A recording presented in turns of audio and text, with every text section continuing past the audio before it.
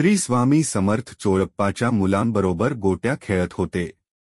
स्वामी म्हणतात, जिंकायचं असेल तर नेम अचूक पाहिजे. लक्ष केंद्रित करावं लागतं.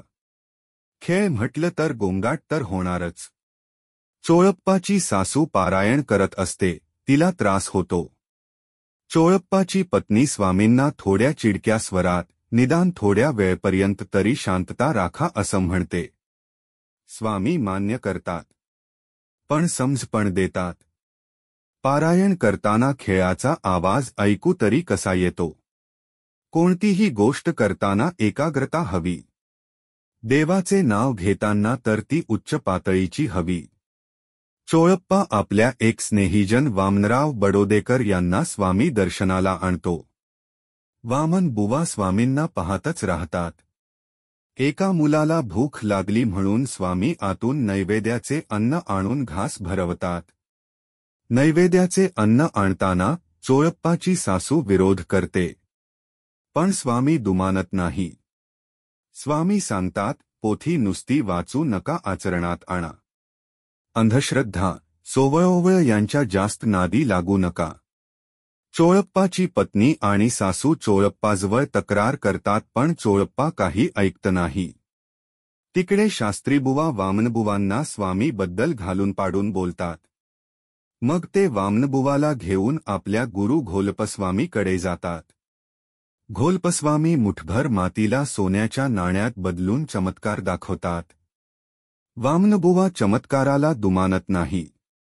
उलट ते घोलपस्वामींना आपल्या गुरु स्वामी समर्थाबद्दल सांगतात.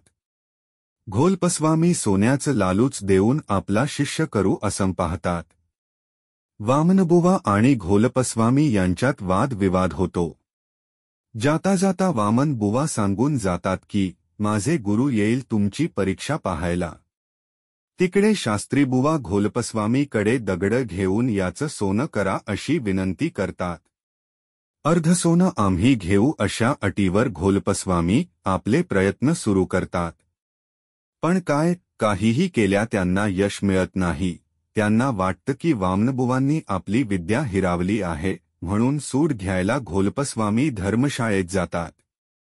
घोलप एक मोठा धोंडा घेऊन वामन बुवांवर टाकायला जातात. पण त्यांना धोंडा टाकताच येत नाही आणि उलट तेच स्वतः पडून त्याच धोंड्याखाली चिरडले जातात. धोंड्याच्या आवाजांनी वामन बुवा जागे होतात. त्यांना लगेचच सर्व प्रकरण कळते. ते मनोमन स्वामींना आपले रक्षण केल्याबद्दल धन्यवाद देतात. काही वेळाने घोलप जागे होतात. त्यांना स्वामींच्या सामर्थ्याची प्रचिती येते. ते शरणागती पत्करून स्वामींना भेटतात.